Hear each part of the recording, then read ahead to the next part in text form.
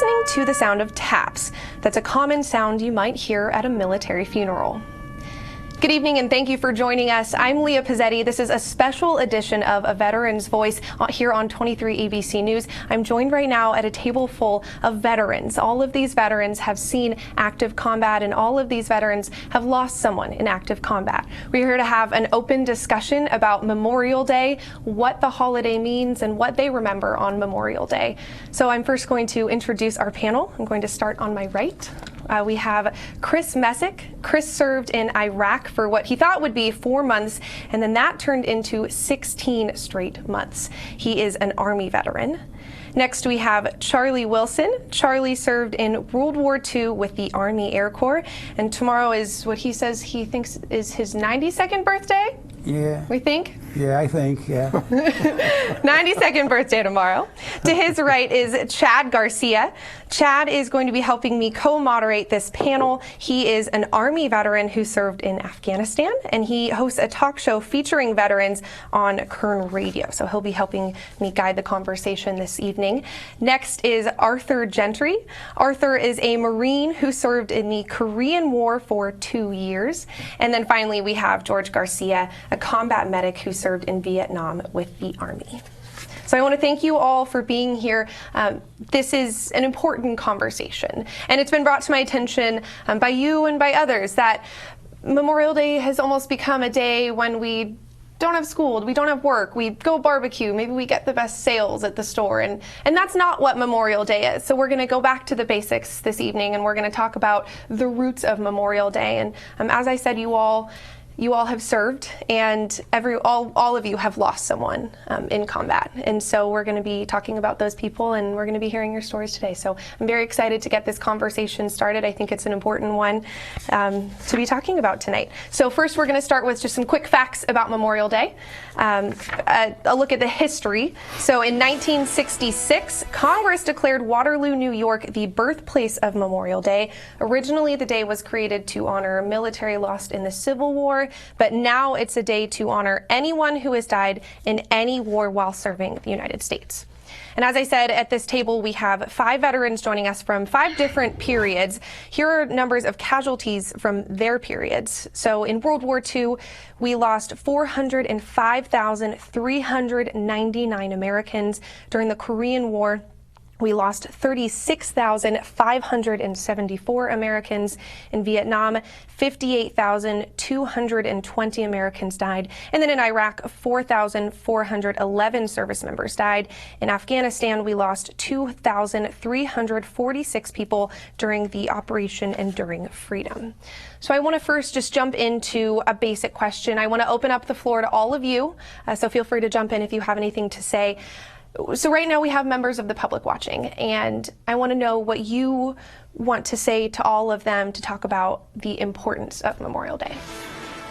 To me, it's the day means that it's a day to honor all those.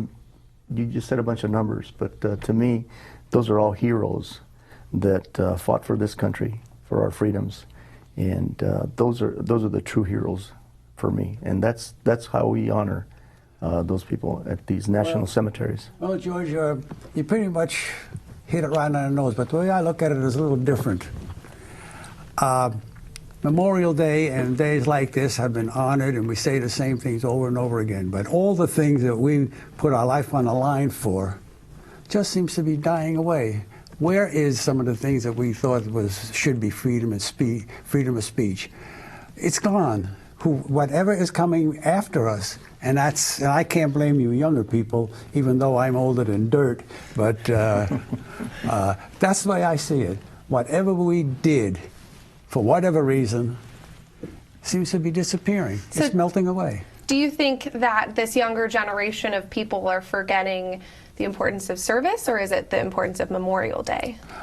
No, the thing I think about that is that the younger people today have no idea of what we did to put our life on the line. Oh, you use the platitudes. Oh, it's for freedom. It's for this. It's for that. But do you realize that your students today in school don't believe in the Holocaust, even though some of you might have seen it, the atrocity that went on there, and that was one of the things that we essentially fought for to try to put a stop to and make things a little bit better.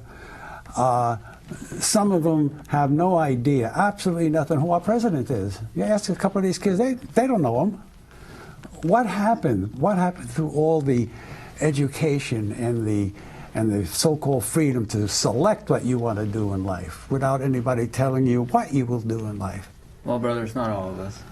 Not all of us, and we're raising our kids. A lot of us are raising our kids to definitely honor that, Chad. I really am. So I hope you, God, I am. You know, for me, Memorial Day, it's a tough one because people like to come up, people who've never served and civilians who don't really know much about the holiday, they come up and they say thank you for your service, and you know, for me, it's very difficult, and I'm sure Chris can understand. Every man at this table can understand, because when they come up and they say thank you for your service on Memorial Day, the first thing that goes through my mind are my brothers that were killed.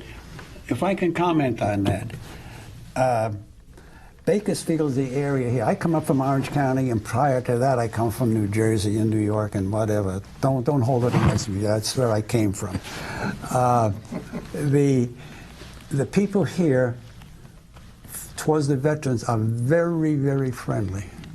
Extremely friendly. They'll come up and say, thank you for your service, and you didn't ask for it. I've had persons stop their car while I was walking into a restaurant, and Gene is over there, was with me at the time, and pushing it out of a car to shake my hand. I think what Chad is getting at is that on Memorial Day, it's a difference. Yes. It's a difference between Veterans Day. Everybody gets confused between the two. I think, so, and I mean everybody kind of as a blanket statement. There's a lot of people out there who view Memorial Day as like another Veterans Day, and that's perfectly fine. And you'll see it this next week all over social media, people posting memes or pictures for Memorial Day, and it'll say thank you for your service, and they'll tag everybody that they know as a veteran, and that's amazing, and as veterans we appreciate that.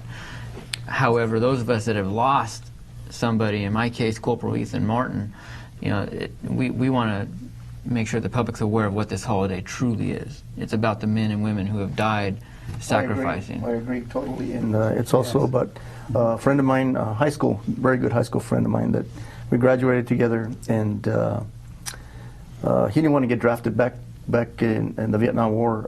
We were all getting drafted. My number was 29, so I knew I was going. But Arturo, he said, George, let's just join, and he did.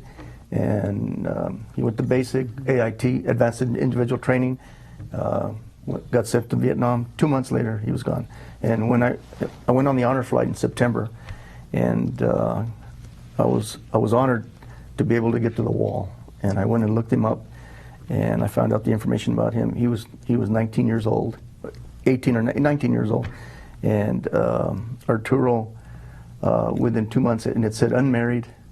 And I'm blessed. I have 14 grandkids. I have 6 kids. I'm going to be 69 in August, and I've lived pretty much a full life. But he's my hero. But my special hero is my dad. And my dad served in the Aleutian Islands when we thought the Japanese, during World War II. Yeah. When we thought, and he was a stud. Well, the Japanese. This is in San Francisco at the Presidio. Yeah, and my dad served in the Aleutian Islands, and he was a combat medic like me, and I kind of followed in his footsteps unknowingly. I became a combat medic, but he's my hero, and he's interred at Fort Bliss National Cemetery, and that's my heroes, the ones that are in those national cemeteries. George, that was going to be my next question. As I said, everyone at this table has lost someone. You just said your friend Arturo, who you lost when you first joined. I want to take a moment, and I want everyone to go around. As we said, we're here for those we lost, and I want to hear all of you open up a little bit, if you feel comfortable, and tell us a little bit about that individual or group of people who you choose to remember on Memorial Day. So, Chad, would you like to begin? Yeah, if it's fine. You guys good with that? Of course it is. Yeah, August 7th, 2012, we were just doing like a simple recon mission, simple route recon mission, in and out, a couple hours of our time, going back. We were packing up. We were going home in 40 days. So we were already kind of in that mindset. Deployment's somewhat over. We're still pulling missions. Nobody's getting complacent, but the night before, my soldier, Corporal Ethan Martin, he had fallen asleep on duty. So I was kind of heated at him. So we went on the mission, and while on the mission, I walk up to him and I said, "Hey man, when we get back, you're chopping up pallets for firewood." And he was like, "Okay, Sergeant."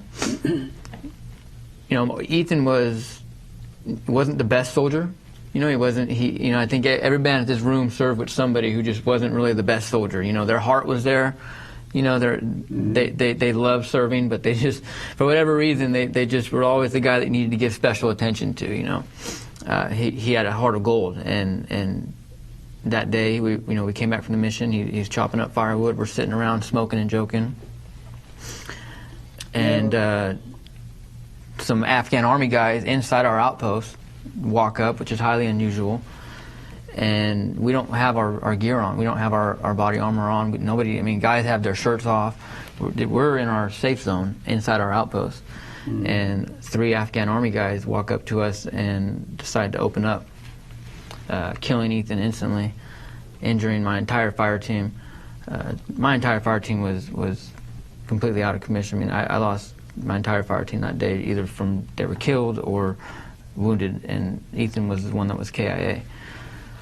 It happened so quick, and when very quick, and when it when everything settled down and the situation was under control, and we're getting ready to do the medevac, I remember walking up and I was like, "Who is this?"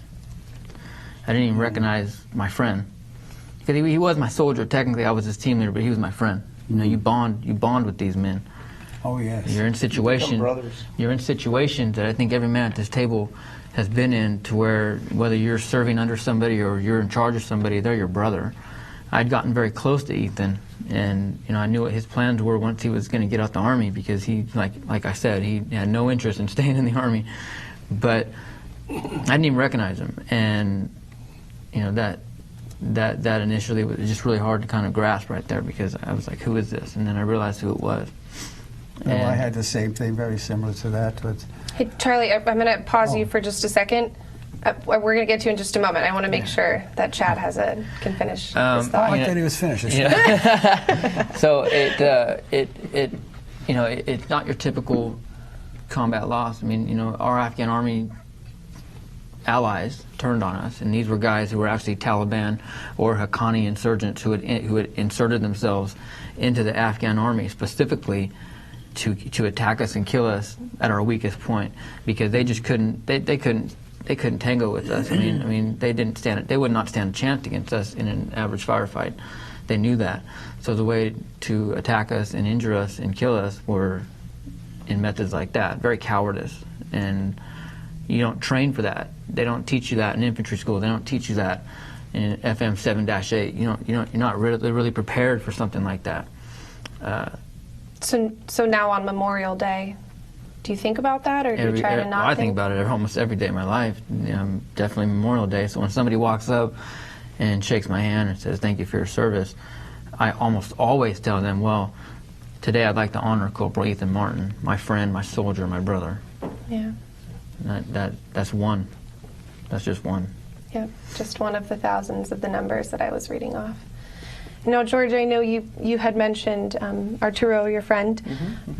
Would you like to share a little bit more about him and that? Well, Arturo and I, we grew up in the same in El Paso, Texas, and we called it the barrio, which is the ghetto, maybe 5 miles from Juarez, Mexico.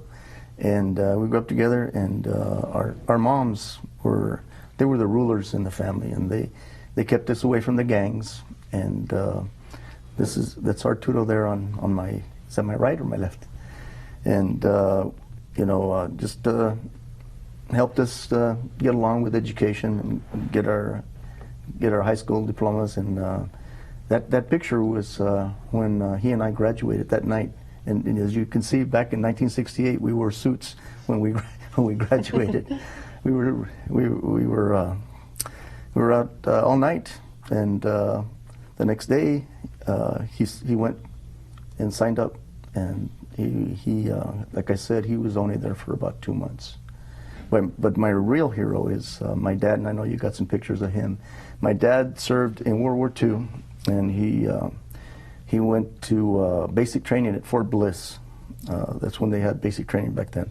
And then he went to Camp Campbell, Kentucky, for medic training. I went to Fort Sam, Houston, and he took his medic training and went to, he was assigned to the Aleutian Islands, because at the time the U.S. thought that the Japanese were going to come invade us through the Bering Straits, and they actually took over two islands up there.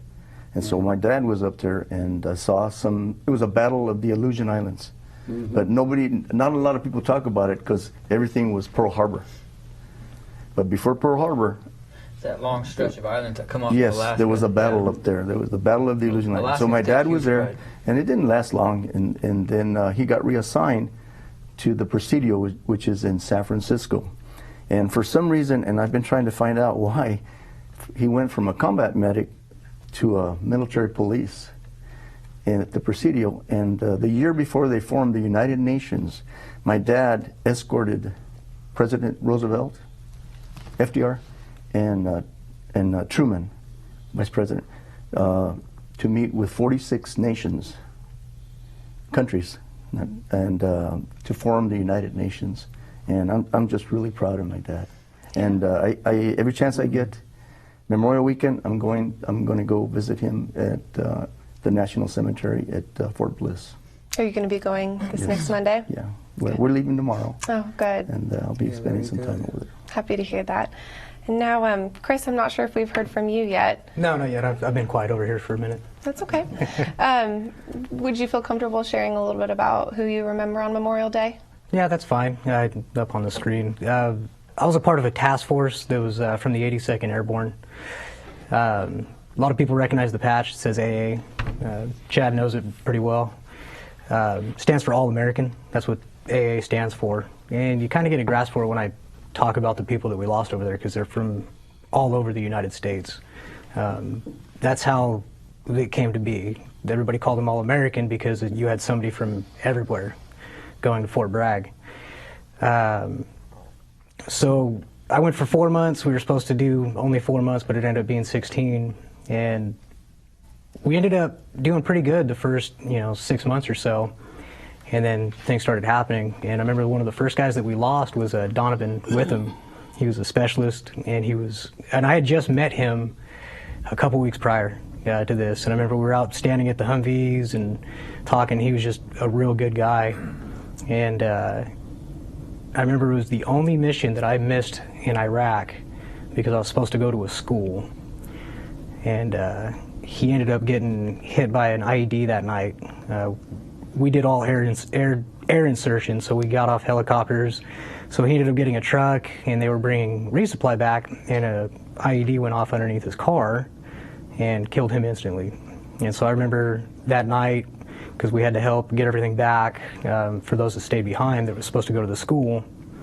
And I remember just the feeling of that, of not going on that mission. More than likely there's nothing I could have done, but it's just that moment on, I never wanted to go to a school again. I was going to stay there with my guys.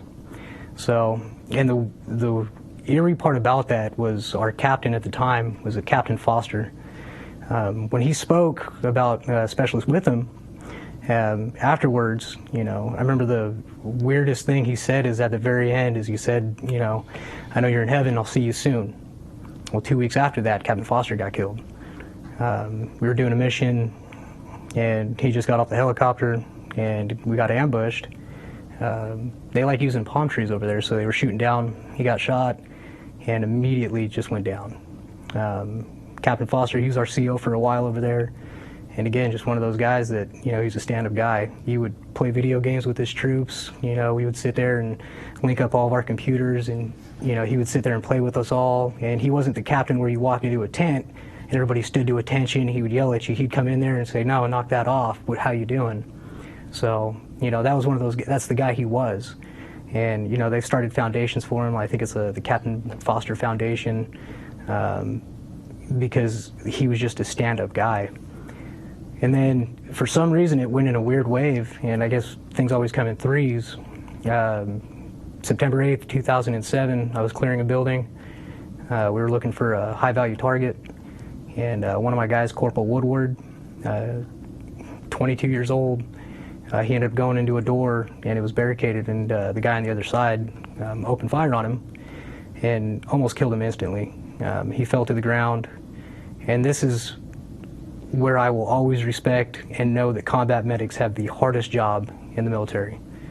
Our medic at the time was Doc. We call him Doc. Yeah, It was Doc Gray. That's what they call it. You know, you can look at this guy, and so we get him cleared, and I take care of the guy in the room, and our medic, he's crying at the same time, and he's doing everything that he possibly can to save him, knowing that he can't, and he's working his heart out, trying to bring him back, doing anything he can, and that was just watching that. I think that was one of the hardest things, is sitting there watching him. This medic was just trying to do everything he could. So, George, as a medic, do you have anything? This is going off script here. We weren't going to jump to you, but do you have anything you'd want to say about being in situations like that? I was in several, specifically, but there was so many, and there was times where I was assigned to body bags, and so we just processed body bags. But yeah, I attempted to revive several Marines or soldiers, even Navy people, and it's so hard. And you're there, you're getting shot at, and you know, I didn't have an M16. I just had a handgun, and I never used it. That's how you guys used to roll back then. Yeah. Now they have rifles and Yeah, M9s. I didn't have an M16, so we just had to kept our medics in do what we could. They were very well and protected. you know, and I just kept hearing, Doc, I need some morphine, and I mean, you try to give it to the ones that are the mostly injured, the worst, and once you run out, and what do you do? And they keep asking for more morphine, and that was. And I think one of the situations where medics were tested the most were in the Battle of Chosin Reservoir, where Arthur was in. I mean, I think to be in a situation like that, Yes. you know, that had to put a lot of strain on medics, you know.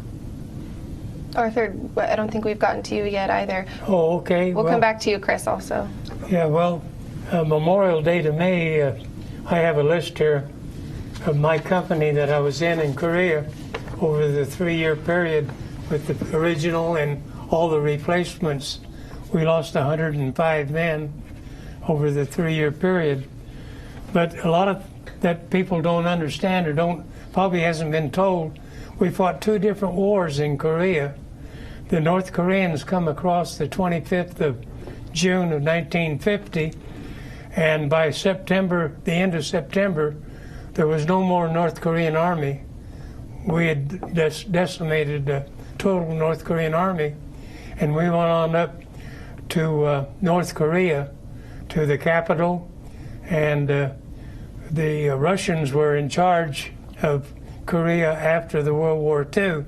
Roosevelt had divided the country north and south, and the only Russian we saw was Stalin on a billboard, and the North Koreans, like I say.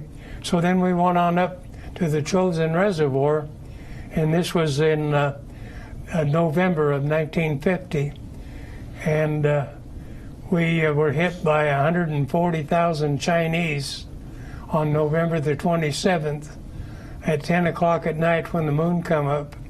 The bugles would sound, and there they come by the thousands, and we were ready for them.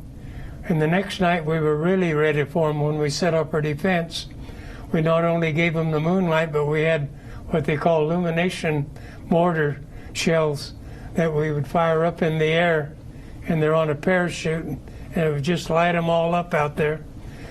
You can see it on the documentary made that was given The Chosen, and it was on PBS here about 6 months ago. But so when you're in 40 below weather and somebody is wounded, you don't have a med vac or where to take them. They're with you, and as long as we had trucks, we would load them on the trucks. But I have a list here in November of 50 and December of 50. In our company, we were the point going up. We were 35 miles from the Manchurian border.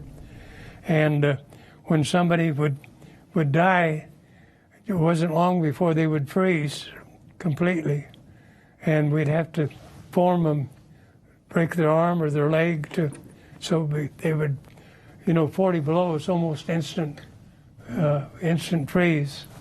So. And Arthur, who do you remember on Memorial Day? I know you were telling me you had a friend who I believe you joined with as well. Yes, Robert Lovemark. I believe his picture was up there. They had a picture of my platoon February the 4th in 1948. We joined the Marine Corps because there was no more wars, and we were going to get one of those bellhop uniforms, they called them. And we were going to be at the embassies, and we were going to be pulling all this great duty. And we went to Camp Pendleton after boot camp in San Diego, and for 2 years we trained as war. Sometime we'd go out in the field for 2 or 3 days, and we'd dig one foxhole, and about midnight, orders come over, you're in the wrong place, and we'd move to another location to 2 foxholes that night. And about 2 months before the Korean War broke out, there was a reporter, Walter Winchell was his name, and he said that Easy Company 5th Marines is a bunch of overtrained killers, and they're still training them. And he didn't like the Marine Corps too well because his son was in boot camp in Camp Lejeune, and he died at the rifle range. He stuck his head up, and but going back to Korea. Your friend, you had a friend who you joined with. Yes. Correct. What was his name? Robert Lovemark, and it was kind of strange because after we joined and about 2 weeks into boot camp, I said, "What did you talk me into this for?" He said, "Well, my mother wouldn't sign to get me a driver's license. He had bought a 9-passenger Buick car with spoke wheels on it." And anyway, so when we got through basic training and went to Camp Pendleton, he had on his resume that he had a typing class. He could type about 5 words a minute or something like that.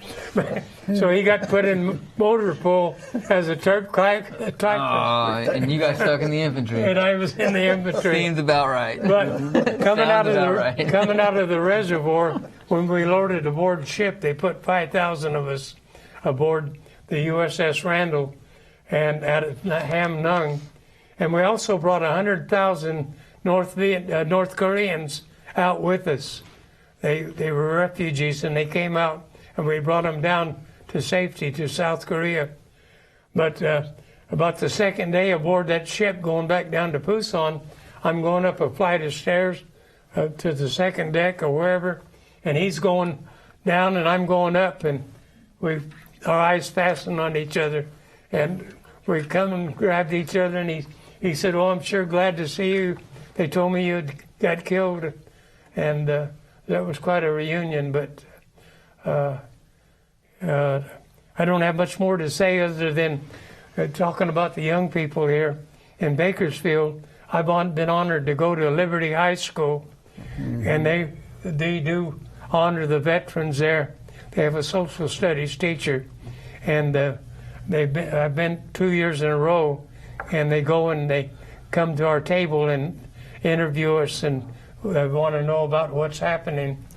And sometime I'll tell them, "Oh, I'm not here to be interviewed, but I'm here to sign you up." Yeah. I don't know about. And their eyes are big as saucers. I don't know about you gentlemen, but to me, Memorial Day I value Memorial Day more than I do Veterans Day. Is that? I mean, do you guys kind of feel the same way? Absolutely. I mean, you feel the way, Chris? I do. Yeah, but a lot of people think it's when they run cars around the racetrack. Right. And that's why we're here. That's why we're here, is to start a dialogue about My son-in-law why Memorial Day. They think, and Memorial Day was first made a federal holiday in 1971. Yeah, she did a really and good job. it was moved to. It was the 30th of May, but they moved it to the last Monday in May, so that there would be a 3-day holiday. And So It means more than just, tri-tips being on sale at Yeah. Albertsons, you know what I mean? Or as Kohl's having a sale, who's racing, like he said. I think to all of us. Well, I think that's what people need to understand is it's Memorial Day isn't a 3-day weekend. It's not getting a day off of work. It's not, I get out of school. It's a day to remember why you have that day off. I think everybody at this table, we remember it every single day. I think, like Chad said, there's not a day that goes by that we don't remember what happened. You can't forget that kind of stuff. But on Memorial Day, you want to sit down and you want to tell people it's not about us. It's about the people that didn't come home. Be thankful for everything you have. Even if it's driving to the store, even if it is buying that tri-tip, you're buying that tri-tip because somebody gave their life for your rights, for your freedom. This is America where we have everything we have because people have died for it. Exactly right. So, and that's what you really want to get the point across is thank you. Anytime somebody says thank you to me, absolutely. I'm very appreciative, especially in Kern County. Kern County is huge with veteran support. Across the nation, I think Kern County is probably one of the top supporters of vets. Easily. So I'll never, correct somebody and say, oh no, today's Memorial Day, not Veteran Day. I'll still say thank you. But, you want to get the point across to people to say, don't remember me, remember the people that were over there, remember the people that didn't come home. When you're, going to have that beer later, think about the people that aren't here now and why you're able to drink that beer in freedom. That's what Memorial Day should be about.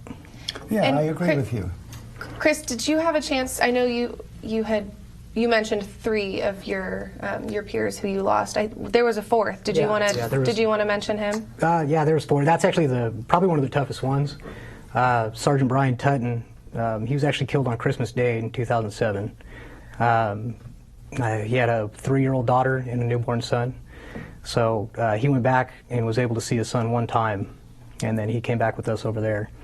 So that kind of breaks my heart. Is his kids every single Christmas. At Christmas, it's a day to be happy and open presents. But every single Christmas for the rest of their life, that's the day that their dad died.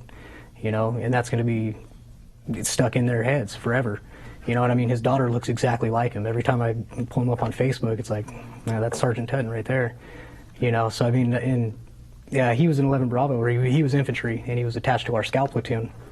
And probably one of the best guys that I've served with. I mean, he could run 20 miles and smoke all the guys that were, 18 years old, and he was an older guy.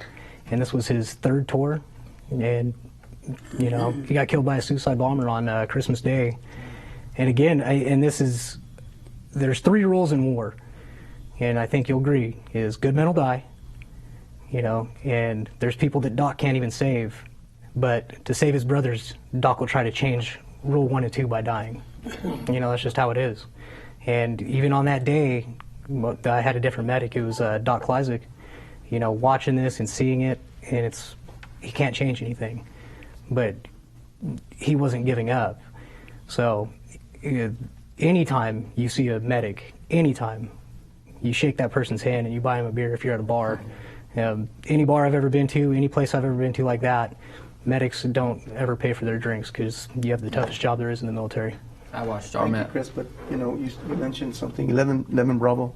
She doesn't know what that means. Let's tell everyone. Those were the grunts. 11 Bravo, that's infantry. Those were the guys in the front lines. He's infantry. With these guys. He's 0311, right? 0311. So different but jobs. in the Army, it's 11 Bravo. Different jobs have nomenclatures, or not nomenclatures, but number specific on what they are. MOS. So It's a MOS. MOS is MOS. right. MOS. Military. It's military occupational specialty. specialty. Yeah. So Yeah, all and good that's, old MOS. MOS. that's what we call the MOSs. 19 Delta. Got it. Medics. Doc Lario, on that day that Ethan Martin was killed, I watched our medic, Doc Lario, save 3 men's lives all at once. We were helping, the situation calmed down. We helped him. Obviously we're trained on buddy aid, but I watched this man go from soldier to soldier, saving their lives, and just watching medics go to work. We talk about Memorial Day, about the ones that were lost, but and we should honor them, but kudos to every medic who served since the Revolutionary War.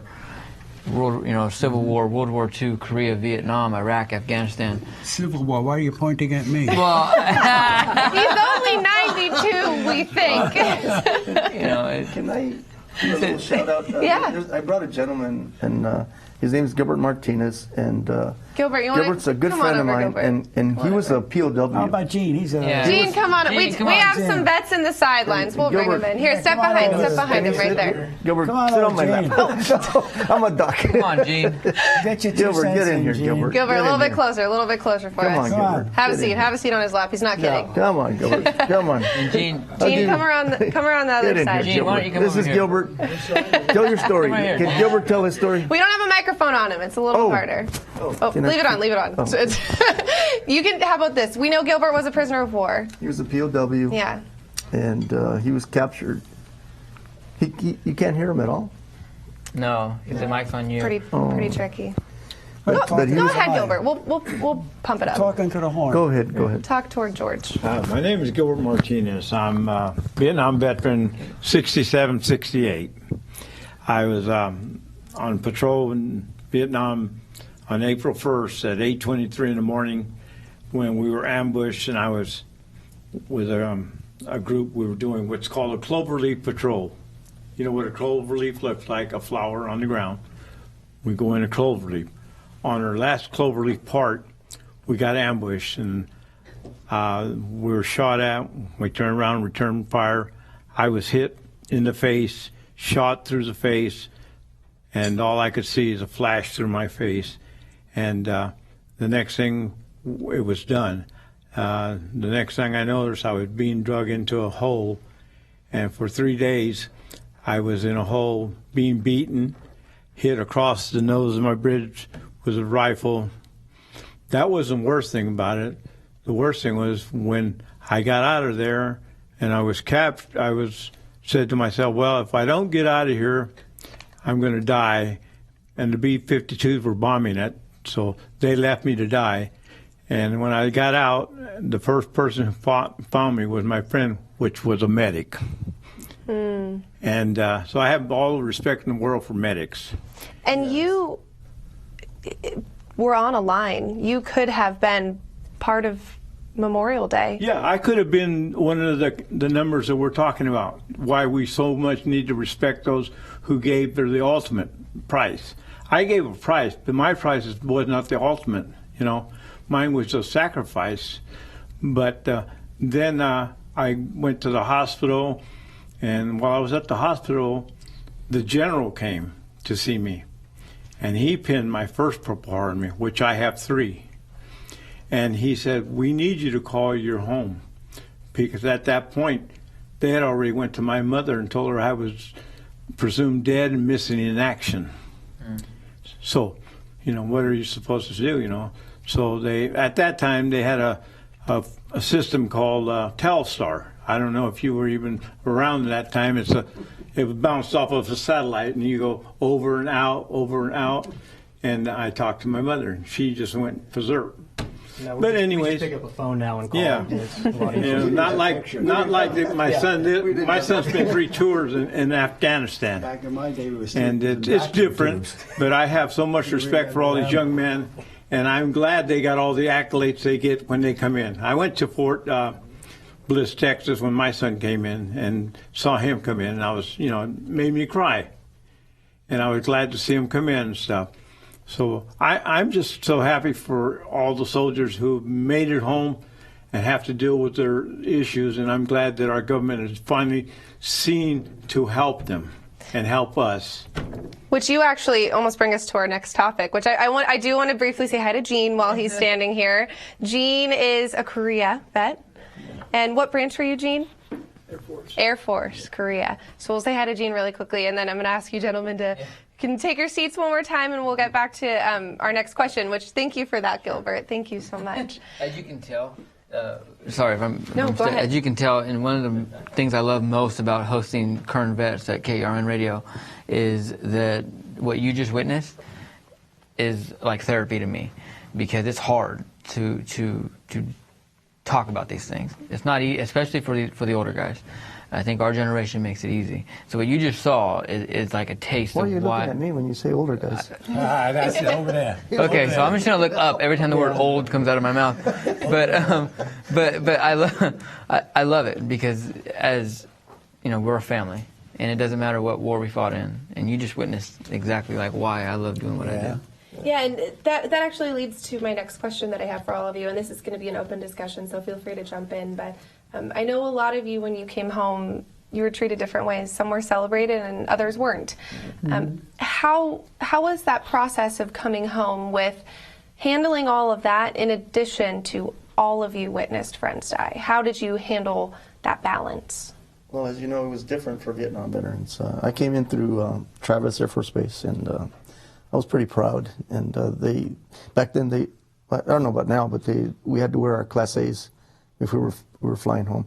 So I got on a bus and I went to San Francisco International, and I'm sitting there with my duffel bag and my Class A's and all my medals, and proud to be, I served. And my dad, I just talked to him on the phone. Payphone. I don't think there's any more of those anymore either. You mean you didn't FaceTime? No, just No Skype? No, I had plenty of quarters, and so I'm sitting there, and these three hippies come over, and they said, "Did you just come back from home?" I said, "Yeah." One of them spit in my face. So I got up and I chased one down and I beat him up, and guess who they arrested? You. They arrested me. So I had to call my top sergeant back because I was going to be stationed at Fort Walters over by Dallas, and I said, Sarge, just got arrested for beating up a hippie. And so he made some calls and got me out. But got home, took off my uniform, and I didn't want to be a combat medic anymore. So I went to school and I became but I worked for the Bureau of Land Management. I worked on oil and gas leases. I was a manager. And for years until maybe 2014, 2009, I got thyroid cancer from Agent Orange, and then heart disease from Agent Orange. And so I was at the UCLA, and I said, if I survive this, man, every day is going to be the best day of my life. And everything changed, and then the wall changed me too. But and then things have changed for Vietnam veterans. Young people come up to me and they say, "Thank you for your service. Welcome home now." Other vets, young vets like Chris and Chad, they recognize this, and it just feels good. But for years, I didn't even want to tell anybody. I was really, whatever I did. And how was handling that in addition to dealing with everything you had just seen? It was, I don't know. I know I had PTSD really bad. And I did go to the VA, but they didn't even know what PTSD. Like my dad, I think they called it, what did they call it? Shell shock. Battle fatigue. Battle fatigue. I know my dad was taken to a psychiatric hospital in El Paso. But they wasn't diagnosed as PTSD. And so I wasn't diagnosed I till had later. it interesting getting back home. Yeah. Yeah. At least I think it was from my point of view. Let's hear it, Charlie. Okay. Okay. Can't wait for this one. I'm ready for each other. Well, back in my day, well, number one, just to show what time, the way it was, the attitude. We didn't do tours. You went in for the duration plus 6 months. That's it. No, So anyway, I was in for my duration plus 6. So I finally get discharged. You get your mustering out pay, $300. They hand you cold cash, just like that. And I managed to go on home, and I meet the rest of the boys. I was the last one back from the service, from the group that I was with. And the Army, oh, look at that. Yeah, right there. We just showed everyone the pictures of you. Well, anyway, I haven't been talking. Focus, Charlie. Let it go. Yeah, no, that's not me.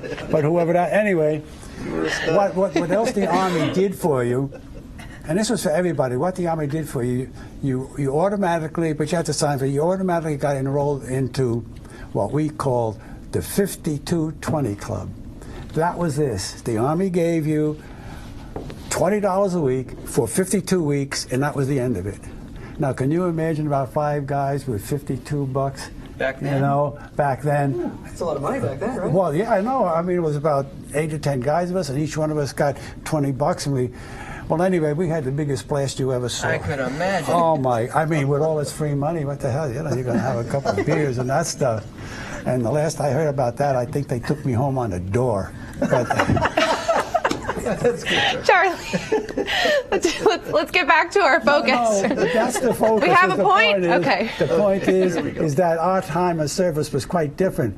We got reimbursed for certain things. What you did with it, now after that was one shot and it was done. I enrolled. I started to enroll in a school. I wanted to go to school on the GI Bill, which was one of the advantages that they gave us back then. I don't know how it works now. Same thing. With same thing where you can adjust that. And I'm using mine. so I went to school. Seemed like forever, but it doesn't matter. I went to school. I enrolled and I went to Harvard. And then I ended up to a smaller school back where I lived, when I graduated, and I ended up with my engineering degree, which stood me well. That's another story, but anyway. Which I think you'd love to tell. Maybe another discussion. Another time, over a beer or something like that, I'll tell you what it is. And, I love this guy. and how to enjoy life. I mean, all this stuff we're talking about, I've been there. Not maybe as much as some of these guys have been, but I've been there. I've seen that. I've had one guy that I knew, one of my crew got killed, but you know, what can you do? Charlie, we never got to you. You never did? When we were talking about those we lost, and I know you had mentioned it to me earlier today. You had a friend who...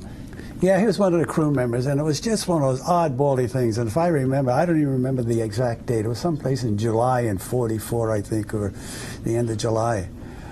Because the outfit I was with, I just regressed a little bit, the outfit I was with was a cargo outfit. We flew C-54s.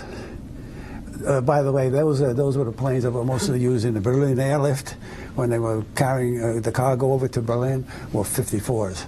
They were big, yeah. They had a few 47 Goonie birds in, but most of it was the other one. And so we put down on Guam, and they were still fighting for Guam. They didn't quite have it yet. And typically, one of the things that would happen out there, especially for landing strips, because most of the islands out there, they were fought for mostly for the landing strips more than anything. They didn't need the mountains or that. They wanted the landing strips. And so we put down. They said, "Come on in," but at the edge of the field up there on Guam by Agana, which is the capital. It's Anderson Air Force Base now, but it was called Northfield then. Just on the end was part of the jungle before they had the cliff going on down. And that's where the Japanese were still fighting. They had a couple of, I don't know how many people there, but the gunfire was coming out of the bushes. I know, you can't see what's that. The best thing you can do to protect yourself is dive or duck and get out of the way. Well, one of my crew that got hit was the flight engineer. And he got hit in the place because he came out and he had to do something around under the landing. He had to put pins in it so that the aircraft doesn't collapse, because it was a hydraulic pressure, you know, it'll collapse. So he's out there wide open, and he got hit with a spray of bullets in there. And Charlie, what you said to me, and I'm sure all of you could say the same, is it could have been you. Yeah. The width of the wheel is, I'm here and he's about over there where Arthur is. And it was, you can tell whether you're getting sprayed or not. It's just something that, you know, you hear. How old were you, Charlie? 19, 20? 18. 18. So this Yeah. this other Yeah, soldier, he was about a 18. year older. We had a very, very young crew. Our pilot, I think, was 22. Our co-pilot was 21. I think about And you know, and But you guys, were you drafted back then? no, I enlisted. Okay. But was there a draft? Oh yes, Yeah, there was a draft. yeah. Oh yes, oh yes. But anyway, I enlisted in the Air Corps. I didn't want any part of getting into the infantry, because when you get drafted, you go where they need a body. You have no choice. But if you enlist, you go where you want to go, and the draft board gets credit for supplying a body, which is what they had tasked It's us. unfortunately true. And so I more or less beat that rap, but at least I got my service. Yeah. And so this was about the middle, end of July. As I said, I was with a cargo outfit, so a lot of the guys that you would say about there like that, we pulled out. As long as they got the airstrip ready for us. Right. You know, we would come in, unload our cargo, pick up the wounded, and get them tough duty. Further back to where they could get better care. You know, and so that was my whole career for 3 years, just island hopping. The medevac pilots.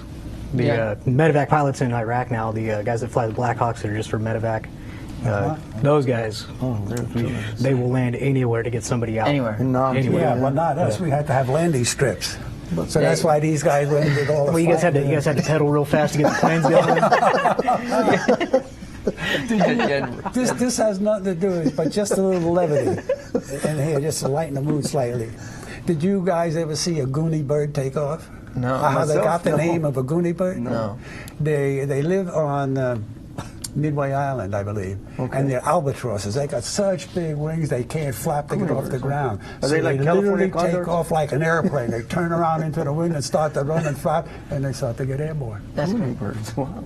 It's just a name they gave. And now you know. Now you what, know. Charlie, I liked your fun facts that you told me all the time. before. Your cargo. His cargo. Yeah. Your cargo. You were telling me that you had various cargo, and the one that was the most sought after. You want me to say over the air what was the most demanded? Let's watch our language, Not but- demanded, but asked for? Yeah. Oh, okay. What was it? Alcohol. No. Do we have any more guesses? I have a good one, but Go ahead. probably something pretty indecent. No. It's everyday use. It's quite common. Toilet and- paper. Exactly right. Boom.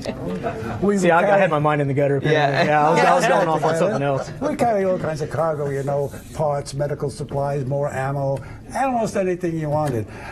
But the guys on the ground would always ask, did you bring the toilet paper? I'm in. I said, yeah. We've got boxes over here, you know. And so I just happened to mention that to Go like Leah gold. there. I thought that was interesting. You know, one of the things I think Chris and I are very fortunate to have experienced is that every time we came home, there were crowds waiting for us.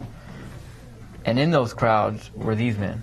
Not necessarily these particular men, but they were Korean War vets, Vietnam vets, World War II vets. But the largest majority of the men welcoming us home were the Vietnam vets. Yeah. And one of the things that I've had to battle with is survivor's guilt. You know, as a team leader, having lost your soldier, your friend, that survivor's guilt will eat you alive. Oh, yes, tell me about it. It'll eat you alive, and it did. And one of the main support that I've had over the course of 5 years, it'll be 5 years this August, is other vets, and it's so comforting to hear their stories, and especially talking to guys in my generation, because we're going through this together. You know. Chad, you got to get rid of that feeling because it's going to screw you up. It's gone. It's probably easier said than done, though. I know, but you got to work on it. Just It's like gone. anything else. It's It's gone. It's okay to think about it once in a while, as we do now, and that's what Memorial Day is for your special vet. Arthur's got his, George has got his, I got mine. We all have the same, what we think is possibly the same reasons, but it isn't. It's our own personal reasons, but if you gotta let it go. As hard as I say now, and I know it's Memorial Day, I know all that stuff. You gotta let it go. It's definitely easier said than done for Yes. most people, and it took me a long time. I had 70 years. I've been sober from alcohol for 3 years, and for me that was it. And one thing about our generation is that we're able to communicate. We have a group on Facebook called Bakersfield Veterans. If you're on Facebook, well, you're watching this on Facebook and you're a veteran, go check our group out. Chris and I are part of it, and you're going to find a lot of support in that group. Veterans from across the board who go there to laugh, joke, share information, and if you need somebody to lean on, you can find it right there. That's something that these guys didn't have.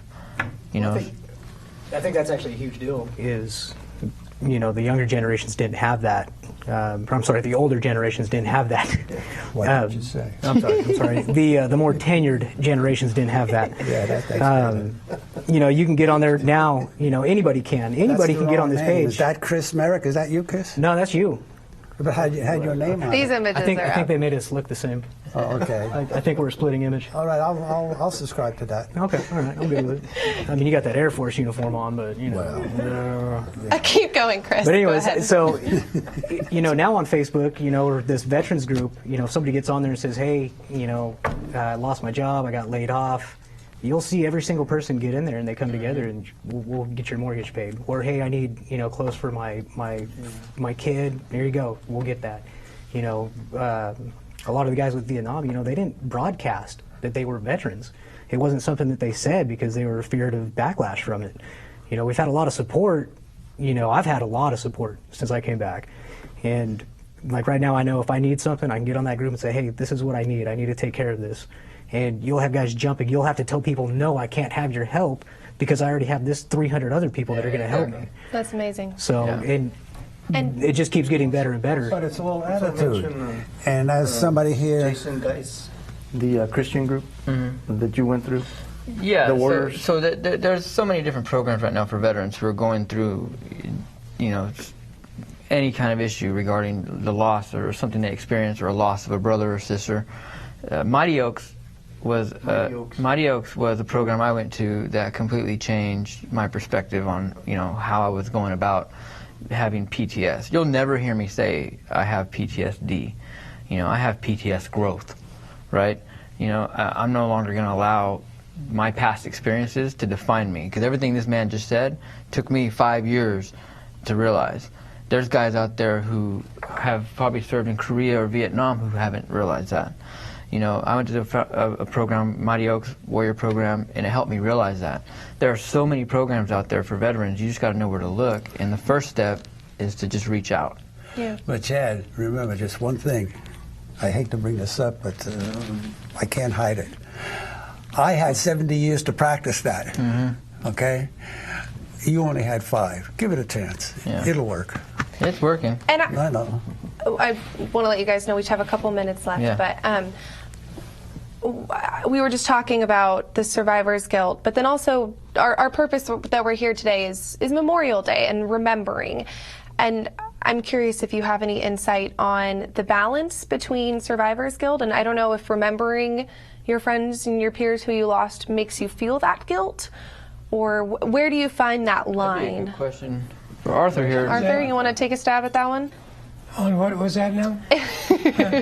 So is there a balance? Do you find that there's a balance between, you know, getting over maybe survivor's guilt, maybe a veteran's out there feeling guilty, you know? Well, I've been. Where's that balance? I have this hat. It's Korea 50 to 53, and we formed a Easy Company organization 35 years ago, and I found it through the VFW magazine, and we got together every year. Last year was our last year because we only had 15 there of a company that was 220 to begin with, then replacements over the 3 years. But we'd get together every year and we'd have a memorial service and read off the names So there you and go. talk about. We all weren't there at the same time, but we'd share different things that happened, and it was kind of a good feeling to get there and talk to, you know. And the last one, That's for- also to see how they're doing and what's Right. coming up. So in you fact, know. yesterday I talked to 5 of my Marine buddies, one in Napa that I was served with in 48 to 51, and one in Florida and one in Missouri, and we're still in contact with one another.